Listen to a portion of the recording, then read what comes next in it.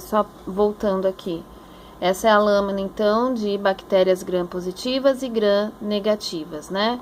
Então, se vocês olharem aqui, ó, um grupinho de bactérias, todas cocos, né? Agrupadas aqui, ó, de formas que formam um estafilococcus, né? Ó, gram-positivo, tudo bem? Aqui neste lado, gram-negativo, provavelmente, então, bastões, né? Então, são bacilos gram-negativo, tudo bem? Só para revisar essa parte de bactérias gram-positivas, gram-negativas. E a gente pode também classificar conforme a reprodução. Como que é a reprodução, então, dessas bactérias? Vocês lembram que as bactérias se reproduzem de divisão binária. O que é divisão binária? Uma célula mãe se divide em duas células filhas. Essa célula filha vai se dividir em mais duas células, que vão se dividir em mais duas células, e assim acaba formando colônia. Então, olha só, para que essas bactérias cresçam, se reproduzam, para que elas formem as colônias, eu preciso dar fatores importantes, fatores de crescimento, que são o quê? O tempo de 24 a 72 horas, né, para essas bactérias crescerem. Eu tenho que colocar numa temperatura acima de 37 graus e eu tenho que dar nutrientes, principalmente glicose e proteína. Lembrando que se a bactéria for aeróbica, ela necessita do oxigênio também para que possa se reproduzir, certo? Essas condições nós damos como, então? Através dos meios de cultura. Nós damos, então, as placas de agar. Nós até conseguimos, né, manipular lá no laboratório. Nós fizemos o meio de cultura, o agar. Fizemos a semeadura da bactéria, né? Colocamos na estufa. 3 dias depois, nós fomos lá dar uma olhadinha. E nós vimos algumas bactérias, algumas colônias, que depois nós fizemos até a identificação na coloração de gram. Tudo bem? Então, olha só. Para que essas bactérias cresçam, eu tenho que dar tempo de 24 a 72 horas para que ela possa crescer. Temperatura acima de 37 graus e nutrientes, principalmente glicose e proteína. Isso justifica, né, quando nós estamos desenvolvendo alguma doença bacteriana, a febre. Lembra que eu comentei com vocês que os médicos mesmo falam, observa, se apresentar febre por mais de 3 dias, provavelmente sim, é algo bacteriano. Febre acima de 37 graus, por quê? Porque é a temperatura adequada, né, para essa bactéria começar a desenvolver. Por isso que a gente guarda alimentos em geladeira ou congelado, para que a gente não tenha proliferação de bactérias. Tudo bem? Isso justifica aí os casos de febre.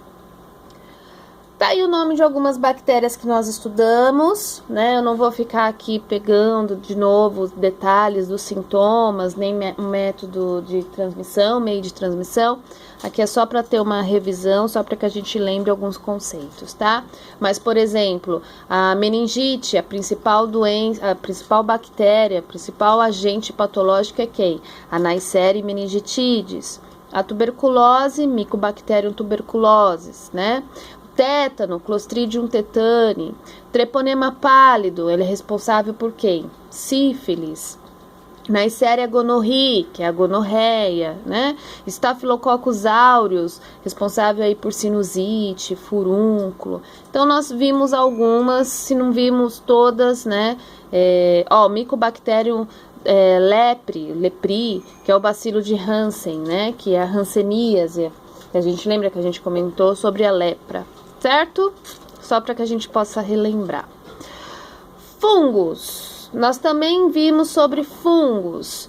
Fungos, eles já não são seres procariontes, eles são seres eucariontes. Eles podem ser unicelular, ou seja, uma única célula, ou pluricelulares, ou seja, várias células, e são eucariontes. O que significa? Que são células organizadas, apresentam várias organelas, não necessariamente necessitam de outra célula para sobreviver, já que ele contém organelas, um núcleo muito bem organizado, então conseguem sobreviver aí sozinhos, certo? podem ser patogênicos ou não, né? Nós temos aí o caso dos fungos, que são os cogumelos comestíveis, como por exemplo o champignon, e nós temos também os fungos que são patogênicos, por exemplo a Candida albicans, que é uma levedura que é responsável pela candidíase, as tíneas, que são responsáveis pelas micoses de unha, seborreia, micose de pele, tudo bem? Sua reprodução é por brotamento, surgindo as hifas. Lembram? Então, nós temos lá o prolongamento das hifas e aí esse fungo vai crescendo. E eles só crescem quando estão no meio propício ao seu desenvolvimento. Quando eles estão no meio que não é favorável, eles ficam na forma de proteção, que são os esporos, e eles podem passar até anos nessa forma esporulada, ou seja, na sua forma de resistência. Qual que é o meio adequado para o desenvolvimento dos fungos? Então tem que ser um meio com bastante nutriente, geralmente carboidrato, umidade, eu tenho que ter água e ausência de luz. Por isso que mofo, bolor sempre acaba dando em locais que são úmidos e escuros, né? Esse meio favorável justifica até as micoses de unha, né? Pensa lá no pé, a micose que dá na unha do pé. O pé sempre úmido devido à transpiração, dentro do sapato, que vai estar então ausência de luz e cheio de nutrientes. Então, por isso que é muito difícil o tratamento de micose de unha. Olha só, coloquei aqui para vocês a fotinho então do prolongamento das hifas, né? Só para que a gente lembre. Aqui é um exemplo aqui de um bolor de pão, né? Então, tem aqui o mofo, o bolor, e aí no meio propício, rico em carboidrato, cheio de umidade, você acaba tendo o prolongamento dessas hifas e esse fungo vai crescendo. E quando, aqui é uma visão microscópica, né? Quando ele está fora do ambiente propício, ele fica aqui na forma dos esporos, né? Ele se protege, certo? Tipos de fungo: bolor, né, que são o mofo, os carnudos, que são os comestíveis e até os venenosos, e os patogênicos, por exemplo, as leveduras que acabam ocasionando doenças, tá? São como, por exemplo, a Candida albicans e as micoses de pele, de cabelo, de unha. Tá aqui alguns exemplos para vocês, né? Então, aqui alguns fungos carnudos. Aqui, por exemplo, o bolor, o mofo. Olha lá, os fungos, que são os cogumelos comestíveis, né? Então, champignon, shimeji, shiitake, né? Que é bastante utilizada aí na cozinha oriental. E aqui nós temos, então, ó, algumas hifas, olha. Na verdade, isso daqui é uma cultura de Candida albicans, tá? Então, eu tenho o prolongamento aqui, ó, dessa levedura e formando as hifas e que vai formar mais outros funguinhos. Aqui, ó, a colônia, né? Então, uma colônia aqui sendo multiplicada de Candida albicans, certo? Falando de Candida albicans, nós falamos que ela é uma levedura patogênica oportunista. Por que oportunista? Ela tá lá, pode estar, né, na boca, e quando tem uma queda da imunidade, ela acaba se manifestando, formando essas colônias que nós chamamos de afta. Eu só coloquei aqui novamente para vocês porque é muito comum nós encontrarmos casos de candidíase, tanto oral quanto genital, né?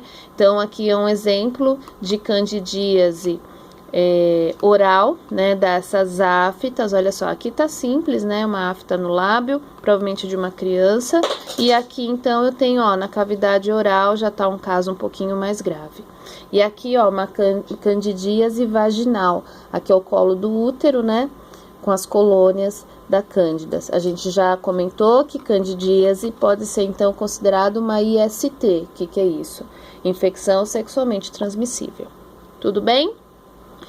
Essa era a revisão de microbiologia que eu queria passar para vocês, só para que a gente conseguisse relembrar, né, todas as informações que nós falamos lá em sala de aula, para que agora nas próximas aulas alguns conceitos fiquem mais claros, certo?